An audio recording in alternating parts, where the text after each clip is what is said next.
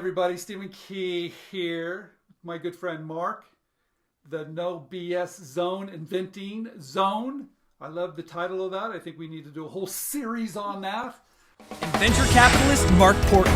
He's brought hundreds of products to market. I guarantee that you have at least one item in your house that I was responsible for. The second he's convinced of a product, he'll invest.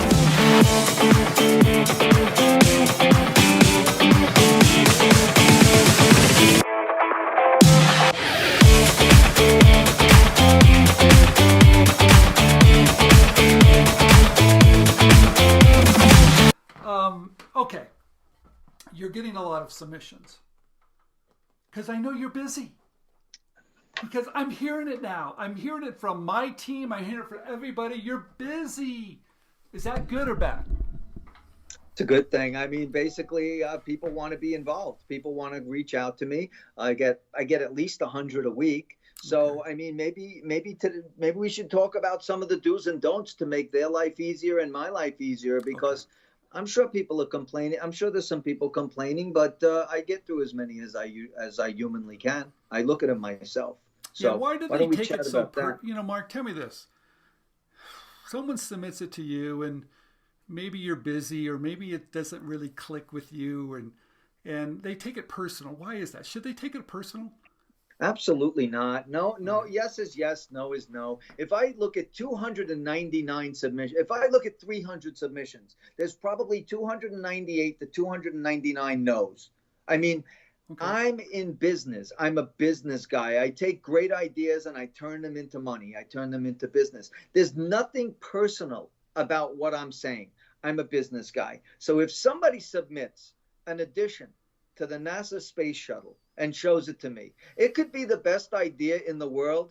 Guys, first to hear this, I have no hooks into the fucking space station. I don't know how to get your item into the space program. So I'm going to say no. And then what happens is they go, well, I'll show you. This is the greatest addition to the space shuttle ever known to man. No shit, Sherlock, it probably is. But if it's not for me, I told you this before. There's an ass for every seat, Stephen. Just because it's not my ass doesn't mean that there's no seat for it. Okay. So tell me this. Sometimes I tell everybody, look, if you show an idea to a company and they take a look at it, if it really jumps out, if it's really something they're hot on, they're going to get back to you fairly quick. If it's something that's a little like not right for me, like you just said, you might not hear back. Is that a good sign? No, I even though, Stephen, I don't like it and it's not for me, I try to get back to 99.9% of everyone. I'm not perfect. Of course, there's going to be somebody that slips through the cracks. And of course, they're the ones that are going to call you up and go, you know what, Stephen, that Mark Portney, he's an asshole. Okay, well, guess what? 1 out of 1,000, I'll take it. But the bottom line is, there's a couple of things that you can do to make the availability even better. Okay. So don't write to me and ask, can I send you a submission? Send me a submission. Just send it. Don't ask permission. What do you want? The Queen of England? Ba, ba, ba, ba. I have a submission coming. Just send me the damn submission. Let me look at it, because I can't do anything unless I see. So don't ask permission. Yeah, Just send it to me. Yeah, I think where the confusion starts, sometimes we've been teaching people to find the right person, and then once you find the right person, ask for permission. But I'm the right person. Well, that's right. You are the right person. So, okay. So that's a good tip. If you've got an idea, show Mark. Don't waste his time. Get direct. Pitch him right away. Okay. What else? Is it okay for someone? Let's get back to the first conversation. Let's say I send it to you. I don't hear back. Can I nudge you a little bit? Hey, Mark, I mentioned I sent it 10 days ago. This is my product. Send it again. Is that okay for a little nudge? Absolutely helpful. It's not only permissible, it's helpful to me, because like I said before, I'm not perfect. And if I did overlook something, let me apologize ahead of time. But if you send me something after 7 or 10 days and go, hey, I just following up on my email I sent you. It's my left-handed widget, and I was just following up. Totally fine. I don't take it. I don't get hot. I appreciate that, actually. Okay. Another thing is the whole NDA thing. if you have the secret sauce and you think that it's the best thing since sliced bread, give me a general description so I know at least what space it's in. And then when you reach out to me, furnish me with your NDA. Just let me know. What I see the NDA. I may not use it. I might give you mine, but at least I know what category this thing fits in. I can take a look at it and decide based upon the category if I'm going to no. I just want to send you an NDA. I don't want to tell you what it is. I'm going to send it to you right away. Does that work? Doesn't work because I have no idea what I'm signing off on. I can't sign a blanket NDA because I don't. If I'm already in the space, I'm going to respectfully tell you, listen, I'm already in this space right here, and it's not advantageous for either one of us for me to sign this because you're tying me up in a space I'm already in. It doesn't make sense, nor will I do it. So it's very. The other thing that happens is, Mark, I'm going to blow your mind. I've got the greatest thing. Call me. Okay, so let's do a little mathematics. Let's try some mathematics. If I get 200 submissions in a week and I spend 10 minutes or 15 minutes on the phone with each submission who's asking me to call them personally for a personal chat, you do the math. I haven't done it yet, but it's a lot of time and I don't have it. So that takes time away from other people. So calling me up and asking me, I'm not your pal. I'm not your buddy. Don't call me up for a chat. If I see it and I love it, of course we're going to schedule a phone call to get on the phone. But to just say, let me just wait a minute. I've got $1 million idea. You have to see it. There's nothing like it out there. We're going to make $1 million. Show it to me. Right. Show me a little something.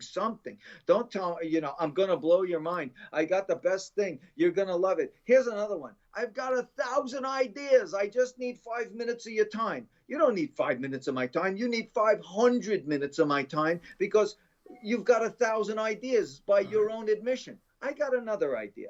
Send me your best idea. Okay. Send me the one that you're most proud of. Oh, no. I want to send you 10. Can I send you 10? No. Send me the best one that you think has the biggest chance of making us money. And then let me take a look at that. Maybe it's great. Maybe I ask for the next one. But to send me 10 or 100 or 5, it just doesn't make sense because I can't focus and do what you want me to do for you. That's wait a minute. But my product does this and this and this and this and this and this. It does everything. Is that okay? Mm-hmm. No product does everything. And to that point, let me just give you an example. Mark, I've got a hamburger flipper, and instead of the 5-inch flipper, it's a 6-inch flipper. Listen to me very carefully. Nobody gives a shit about the extra inch on the hamburger flipper. You're solving a problem that doesn't need solving. And a lot of people do that. So take a moment and just make sure that it's a problem big enough that anybody gives a shit about. Really. I mean, and nobody's going to tell you this except me, which is why you have me on. But everybody's going to look at it and say, oh, how wonderful. Send me $1,000. We'll chat later. No, wait a minute. Bullshit. My spouse says it's great. My family and friends, they love it. You're going to love it too. Right. And then what I tell everybody is one of my keynote speeches is named My Mother Thinks It's a Great Idea. Okay. My mother thinks I look like Brad Pitt. You know this already. I've used the joke a million times. And as you can see, because this is a video, I don't look like Brad Pitt. But my mother thinks I'm so handsome. So the bottom line is, don't ask your mother. Don't ask your family. That's another thing. Everybody wants one. Who's everybody? Everybody at the Thanksgiving table would use this. Of course, shit stain. It's at the Thanksgiving table. Okay. All right. Great tips. Great advice. All right. I want to know, though. I want to know what your specialty is. I want to know what your wish list is. Come on, you got to tell me so I can give you something that's in your lane. So What is your lane? What is your lane? My lane is consumer products. Okay. My super lane is hopefully consumable. but the biggest lane of all lanes is mass. I want to appeal to the masses so I can eat with the classes. Okay. That's what I want to do. I want to sell one to everyone. So if it's a mass item, even if it's not consumable, consumables like, oh my God, a grand slam, because it's repeatable. They buy it over and over again. But even if it's, I've got an item now that I'm working on, it's growing month over month over month. We're even having trouble keeping it in stock. It's a one-off. It's not consumable, but it's for the masses. Okay. It's everybody that has a hurt elbow, a hurt knee, a hurt ankle, a hurt wrist. It's not consumable, but it's still off the charts. It's called Hurt Skirt. Anybody who wants to look it up, it's absolutely phenomenal, this thing. And it's blowing up like nobody's business. And it's not consumable, but it's mass.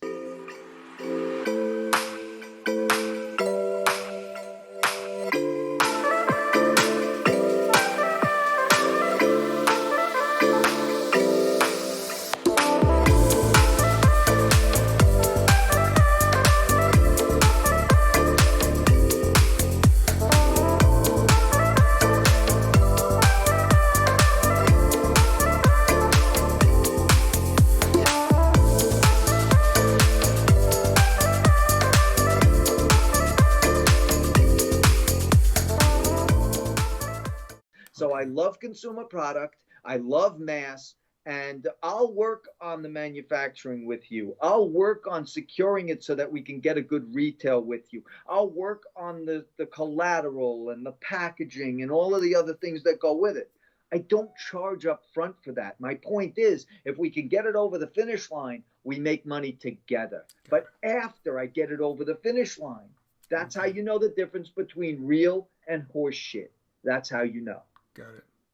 Hey, everybody. Mark, the No BS Zone, Inventing Zone. Thank you for coming on. Subscribe down below. Keep on watching. He's not going to tell you what you want to hear. He's going to give you the facts. Mark, thanks for coming on. Stephen, thank you so much.